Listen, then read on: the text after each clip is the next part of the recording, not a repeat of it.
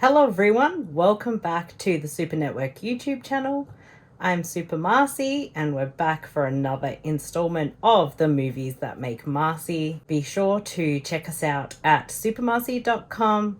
You can show your support and get amazing exclusives and early podcast access at patreon.com/the Super Network. And if you want to check out my artwork and show some support, you can check that out at patreon.com/the Art of MP. And of course, please subscribe, like, share, comment, all the rest right here on YouTube. So, what film have I chosen to talk about today? Well, I'm going back to my childhood. Well, a lot of these are, let's be fair. But I'm going back to my childhood with a family classic of the early 90s. And that is The Sandlot, or as it was known in Australia, The Sandlot Kids.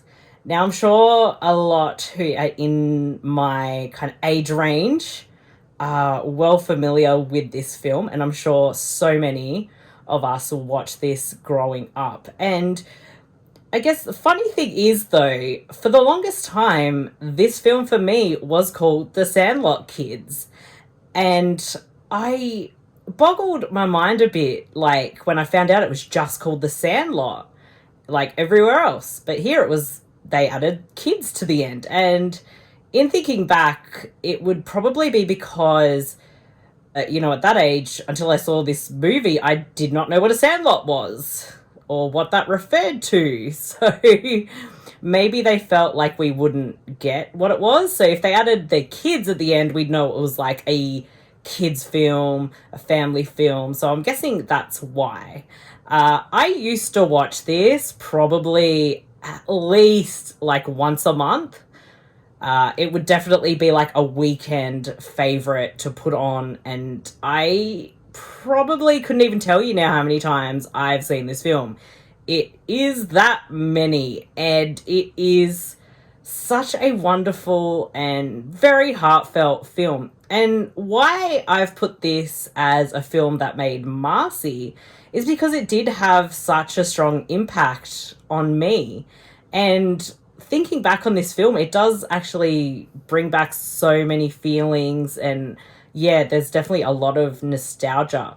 So with this film, you have the outsider who comes to town, tries to make friends over the summer with other kids, and doesn't really know how to do it, how to go about it. He notices, they're into baseball. He doesn't really know anything about baseball. So he uses that as his in to hang out with these kids. Now, for me, growing up, I felt like kind of that outsider who was always trying to fit in and definitely not understanding a lot of stuff people were into, because I was into a lot of different things that were not, I guess, cool. So it was kind of nice to actually see that, even that though the main character of Smalls was someone who was an outsider, eventually he did become just one of the gang. And, he made these lifelong friends that he always remembers. And I feel like a lot of us have that in our childhood, and it captures that really, really well. So in a way, the film gave me hope that I wouldn't just be alone. I would find others that would have, the same interests. We'd get on all sorts of crazy adventures, and, eventually, that stuff did happen. A great part of this film is the misunderstanding that leads to everything, which keeps them busy for the summer.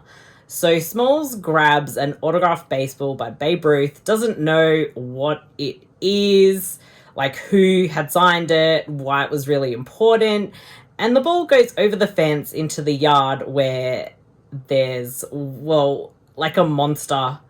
They think it's a monster, that childhood interpretation of something you can't really see, and the over-exaggeration in your mind, which this film does so freaking well. The monster's actually a dog. I think, can't think of what the dog was now.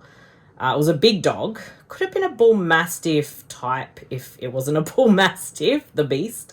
So yeah, the dog has the ball, and eventually they finally make their way over after a lot of disasters, and they meet the dog, and he's not all that vicious. He's just a softie, gets the ball back, has to explain everything, but this kind of summer and adventure was what brought the gang together, and they learnt a lot of things. And it's got a really great cast. You see, like, Dennis Leary pops up, Karen Allen is in this, and James Earl Jones is in at the end. The film is just so wonderful. As I've said, it just captures a lot that, you know, what it's like to be a kid, how you interpret things, and those times where you're not at school, you're on break, and you're getting up to all sorts of stuff. The world just seems a little bit different at those times. And that's why this film just feels so clever. It really hits in the heart. It's so fun. There's so many, like, great moments in this film. Still make me laugh. Yes, some things might be a little bit dated and don't quite work, but I guess that's how it was when it was made. The characters are definitely memorable. I think we all remember Squints and the line, "You're killing me, Smalls." And of course, Wendy Peppercorn, the, I was going to say cheerleader, that's not right. The lifeguard.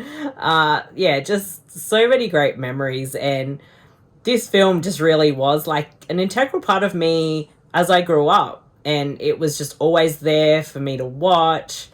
Just could not get enough of it. It'd be like, oh, what do we watch? Oh, let's watch the Sandlot kids. So it would pretty much be on so much. And just, yeah, even thinking about it, like I said, it just makes me feel really nostalgic. And I'm trying not to tear up a little bit because I just feel like that's the power that cinema has. And in those early years, these things that we remember so well do really shape, like, who we are. And I feel like this film did, in a way.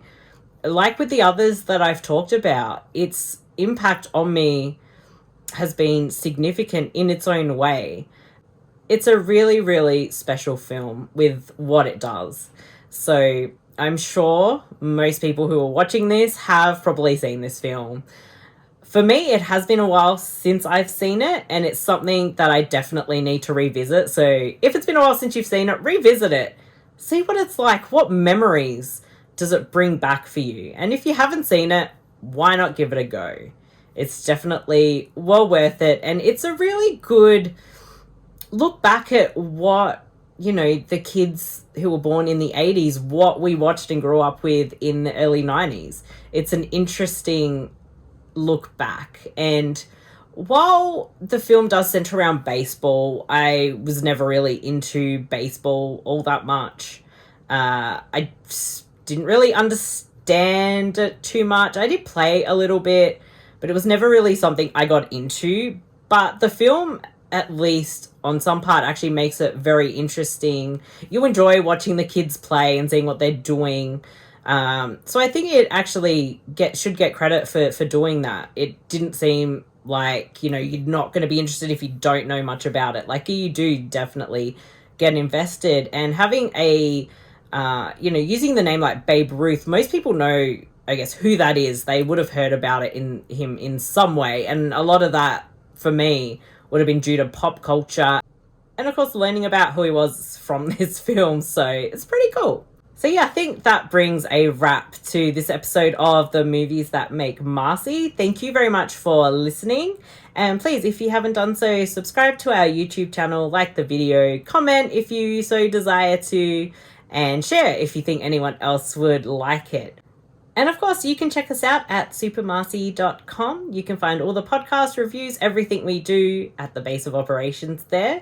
And if you want exclusive access to content and early access to podcasts, why not have a look at patreon.com/thesupernetwork. And of course, you can check out my artwork at patreon.com/theartofmp. Until next time, don't lose any autograph balls over the fence. Bye, everyone.